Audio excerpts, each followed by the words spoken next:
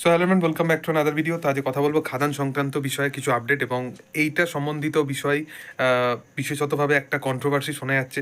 বেশ কিছু 1-2 ঘন্টা আগে থেকেই এই কন্ট্রোভার্সিটা শোনা যাচ্ছে যে রাজ চক্রবর্তী খাদানকে অপমান করেছে। সেই বিষয়টা নিয়ে কথা বলবো, আমার যেটা মন্তব্য সেটা রাখার চেষ্টা করব।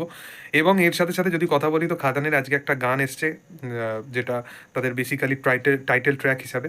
তো সেই গানটা নিয়ে আমি অবশ্যই রিয়াকশান দিয়েছি। গানটা আমার খুব ভালো লেগেছে। সেখানে দেবকে স্টেপ করতে দেখা যাচ্ছে, ডান্সিং স্টেপ, এবং তার সাথে সাথে অ্যাকচুয়ালি অডিয়েন্স যেরকমভাবে দেবকে দেখতে চেয়েছিল লাস্ট 4-5 বছরে, এই গানটা সব কিছু জিনিসকে ভরপাই করে দেয় অ্যাটলিস্ট।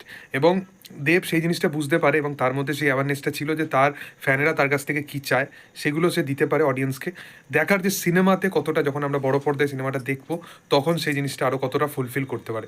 এর সাথে সাথে পরবর্তী যে বিষয়টা নিয়ে কথা বলবো, আমি বললাম যে খাদানে এই গানটা এসেছিলো। তো গানটার রেসপন্স নিয়ে যদি কথা বলি, আমি প্রথম কথা তো বলি যে খাদানের প্রত্যেকটা গানই কিন্তু দুর্দান্তভাবে পরিচিত হয় অডিয়েন্সের কাছে এবং দারুণ, সেটা রিলস থেকে শুরু করে দুর্দান্তভাবে সেই গানগুলো হিট হয়। এবং এই গানের মেকার্সদের তরফ থেকে বা এই মিউজিক ডিরেক্টরগুলোর তরফ থেকে, অ্যাটলিস্ট পুষ্পা 2 এর মিউজিক ডিরেক্টরের এটা শেখা উচিত যে ইন্টেনশন, অ্যাটলিস্ট সিনেমার ডিমান্ড ওয়াইজ যেটা দরকার সেই জিনিসটা করা উচিত।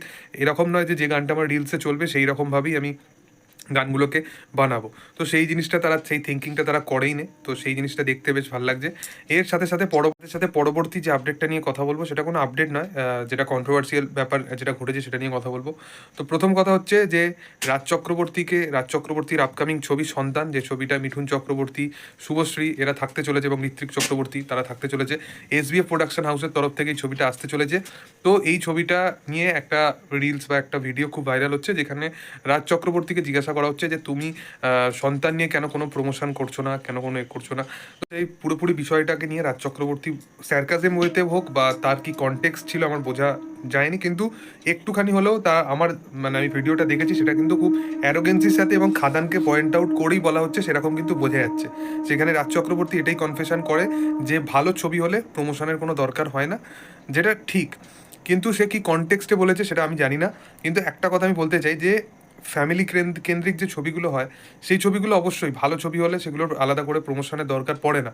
কিন্তু যখন বাংলার বুকে দাঁড়িয়ে একটা মাস কমার্শিয়াল ছবি, যেটার বাজেট প্রায় এতটাই বাজেট যেই বাজেটের মধ্যে 2-3টে তো এরকম ফ্যামিলি কেন্দ্রিক ছবি তো হয়েই যাবে সন্তানের মতো, তো সেই রকম একটা কাইন্ড অফ ছবি নিয়ে আসতে গেলে তো একটা প্রডিউসার সে সবসময় এই থিঙ্কিংটা রাখে যে আমি সেই লাভদায়কটা অবশ্যই পাই যে টাকাটা আমি খরচা করছি।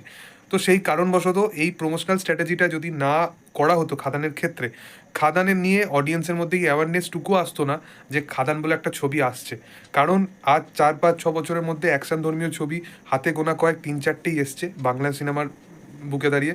তো সেই জন্য সেই সিনেমাগুলো থেকে অডিয়েন্সের যে কানেক্টিভিটিটা, বিশেষ করে মফস্বল বা সিঙ্গেল স্ক্রিনের যে অডিয়েন্সগুলো, তাদের যে কানেক্টিভিটিটা সেটা কিন্তু একদমই কমে গেছে।